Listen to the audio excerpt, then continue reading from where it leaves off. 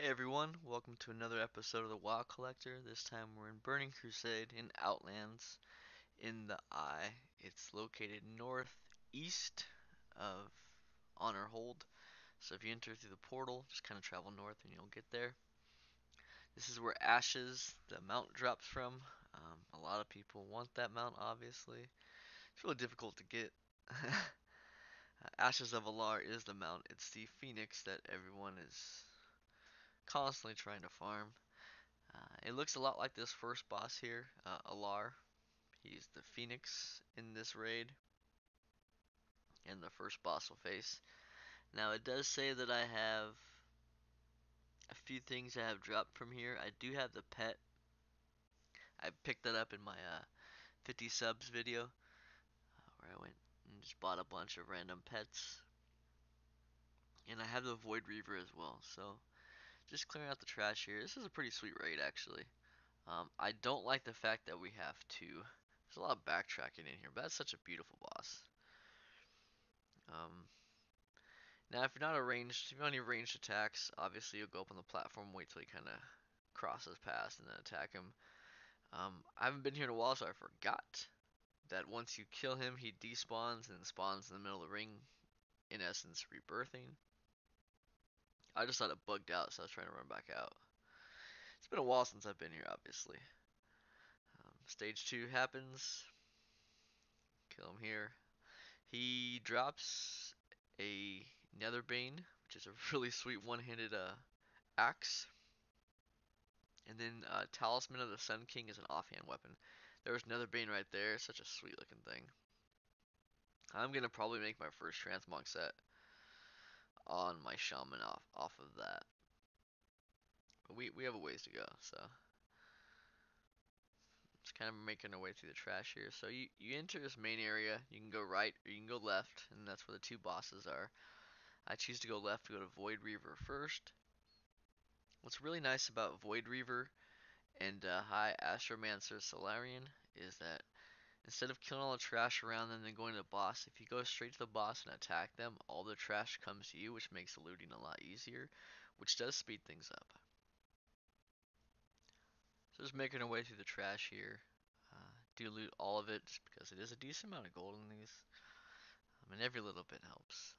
Trying to save up for the $5 million gold mount, but I have this feeling I'm going to keep getting distracted by other things. I've also been contemplating boosting a few tunes with in-game gold. But I'm not sure how I feel about that because it's about a half a million for enough gold. So tokens right now are about 130k. You do need 4 tokens, which puts it at 520k respectively. And token prices have gone up, especially because of Classic coming up. I think they're selling a lot more. So I'm curious to see what people are doing is they're transferring their gold for game time in order to play Classic. So I think a lot of these older accounts that have been sitting there that have gold have just been using it, so it's increasing the prices.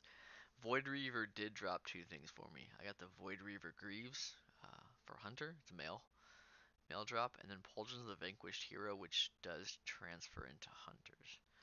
Now I'm gonna walk through and figure out because I don't know if these have to be cashed in for the Hunter or if they just auto loot like the Cataclysm tokens do.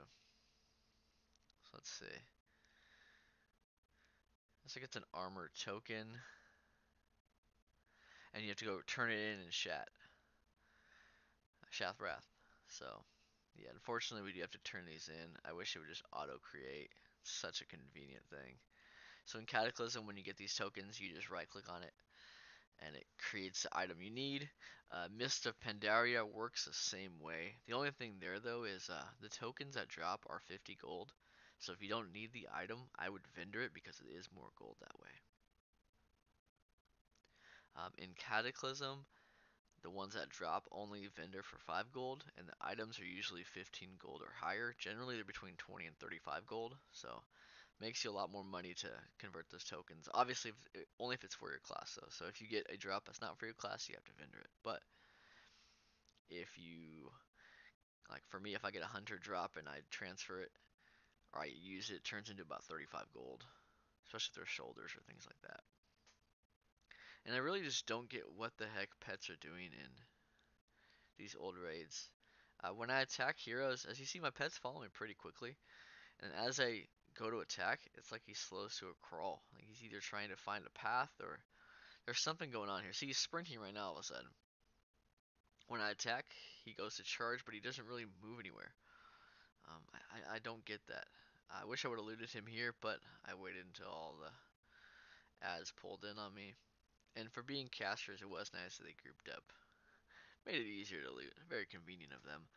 I do get the Etherium life staff here. It's that staff that has the right there. It's a blue one. That's pretty sweet for a mage.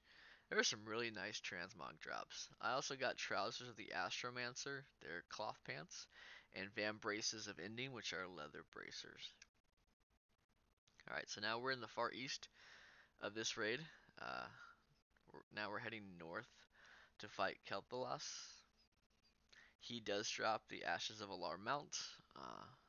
Just to spoil this, I don't get it here. I do get a pretty sweet mount in an upcoming video I'm going to do with Gildy. Really thankful he already had the mount. Actually, he had all the pieces in Throne of Thunder. Something to look forward to for everybody. So all I got from Kael'thas was a Sunshower light cloak. He dropped 2 of those, so it's a back piece. And then I got Crown of the Sun, which is cloth, and Royal Gauntlets of Silver Moon. What I'm going to do in subsequent videos is skip more to the boss fights. Maybe take a little more time breaking down what you can get. I do think next time I do this, I'm going to avoid this trash because it's wasted about a minute of my run. And I mean, I got a little bit of gold and some nether weave, but especially that last group, maybe I'll get them on the way out. Who knows? But I usually hearth from this spot. It's a lot of walking around. This fight's kind of interesting. There were 4 guys you had to fight. Once those all die, they drop legendary weapons you have to fight. You kill those, then you're able to equip those. I didn't do this fight when it was current, so not too sure how that felt. But in the upcoming 15th anniversary, we get to fight him as one of the bosses. If we beat all 9 bosses, we do get Deathwing as a mount. It is LFR difficulty. However, when they had the Molten Core anniversary, it took 3 to 4 hours. So what I'm hoping is you queue up for these individually, but I think they're in sets of 3. Um, it's going to be Cataclysm, Lich King, and Burning Crusade. We get 3 bosses from each one, and then from there, we'll get Deathwing as a mount, which just sounds like an awesome mount. I'm glad they did that, but I'm a little worried. We'll see what happens. He fears you. One of the bosses stuns you. So that's just something you want to kind of take into account when you're soloing this. Is um, you fight the weapons and you fight all 4 of them at once, and then you fight Kael'thas finally. So you'll want to kill the stunners first. It's more time based than anything. Just kind of waiting for things to happen. And here's all legendary weapons.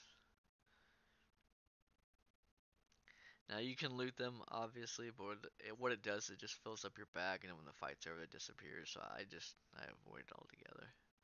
There are some nice transmogs though. I wish you could loot those and it unlock the transmogs for you. That'd be pretty nice. But alas, it does not. So now we're just waiting. Next phase is about, yeah, I can't even read that. About a minute away, I want to say. So now you just kind of sit here. So when we shoot this video next time, I'll probably pick it up after this phase, where you fight all 4 at once and you fight Kael'thas. Just to kind of expedite things. But for the first run through, we are sitting at 20%, so I have 1/5 of all the drops here, 6 out of 30. That does mainly include the pets though. So before our first run, it's not bad.